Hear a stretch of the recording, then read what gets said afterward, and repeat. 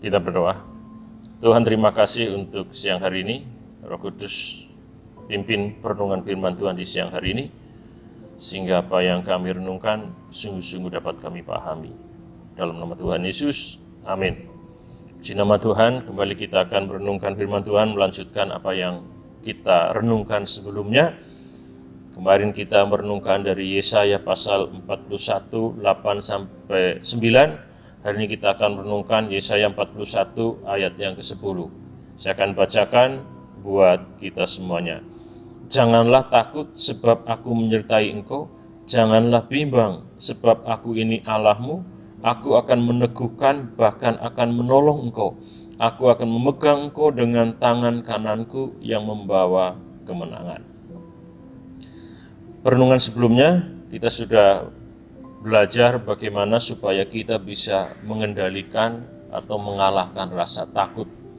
Karena rasa takut kapan saja bisa muncul, apalagi ketika ada di tengah-tengah ketidakpastian, seperti yang dialami oleh bangsa Israel pada saat Tuhan memberikan firman-Nya melalui Nabi Yesaya. Bangsa Israel ada di dalam situasi yang tidak menentu, yang tidak pasti, karena mereka hidup sebagai bangsa yang ditawan oleh bangsa Babel, sebagai bangsa tawanan, sekalipun mereka sudah mulai bisa menyesuaikan diri dengan kondisi mereka mungkin mulai bisa diterima oleh bangsa Babel, bisa membaur, tetapi saya yakin sebagai bangsa yang hidup di negeri atau menjadi bangsa tawanan di negeri lain, saya yakin mereka hidup di dalam ketidakpastian dan hidup di dalam kecemasan bahkan ketakutan. Mereka pasti pengen kembali ataupun pulang ke negeri asal mereka. Sama dengan orang-orang ketika merantau, orang ketika pergi merantau ke negeri atau ke kota orang lain, senyaman-nyamannya pasti ada kerinduan untuk pulang ke kampung halamannya. Karena di dalam pikirannya, di kampung, di tempat di mana dia berasal, akan lebih memiliki kepastian.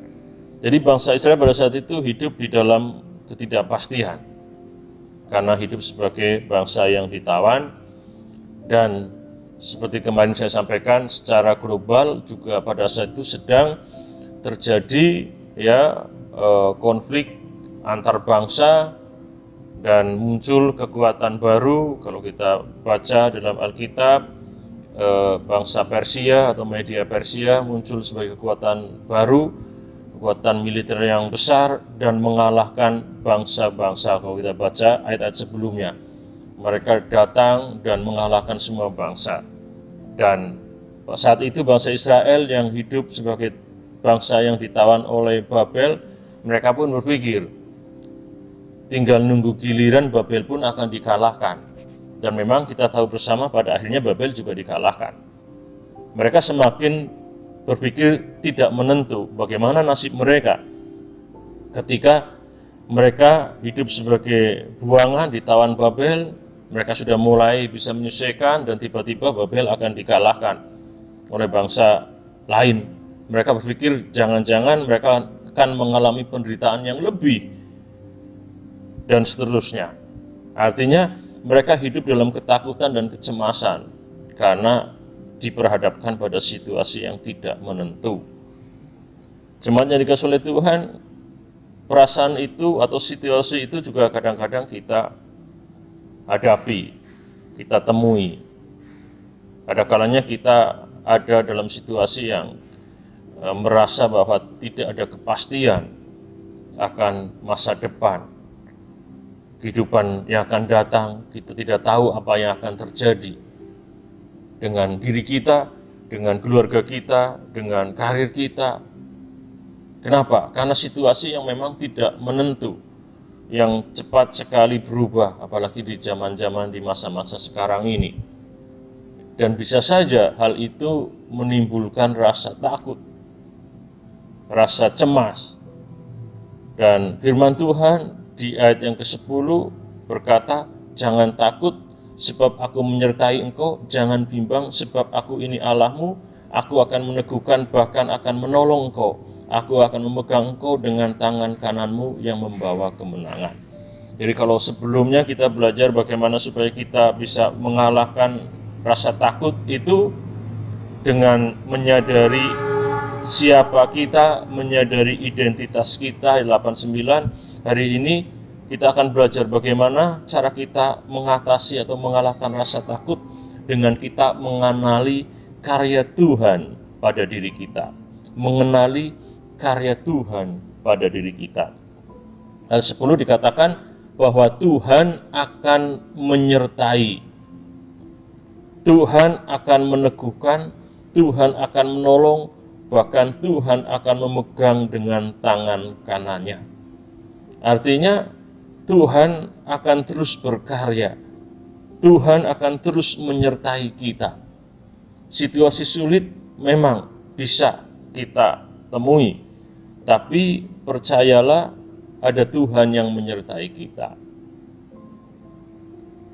Kesulitan bisa membuat kita goyah. Penderitaan bisa membuat kita mengalami keraguan-raguan.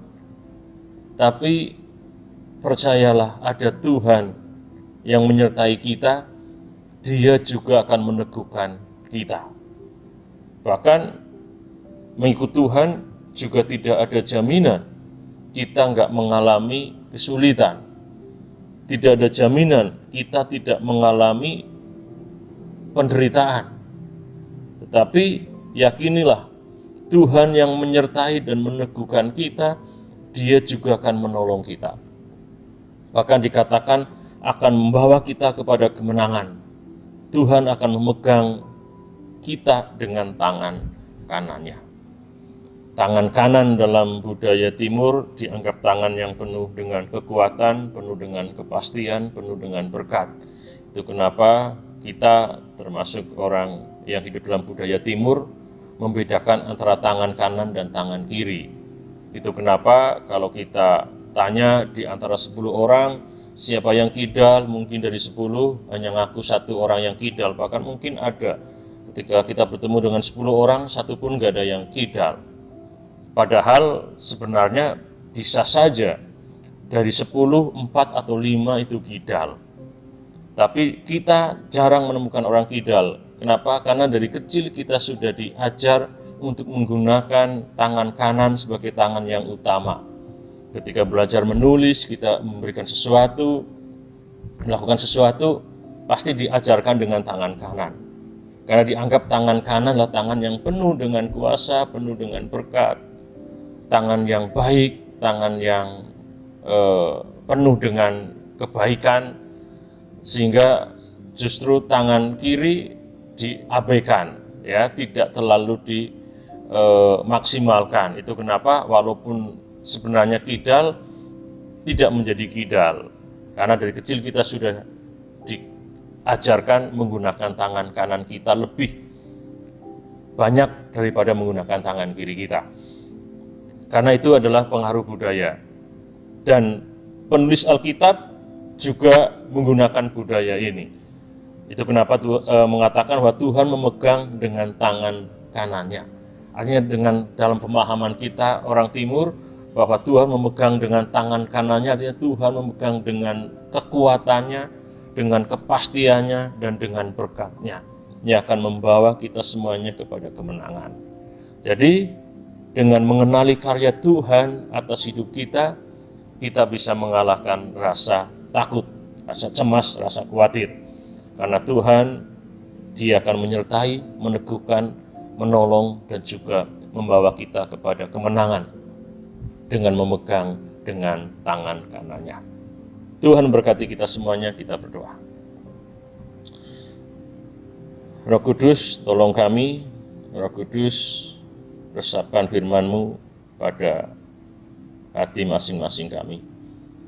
Roh Kudus, mampukan kami untuk bisa mengendalikan bahkan mengalahkan rasa takut yang terkadang muncul dalam kehidupan kami.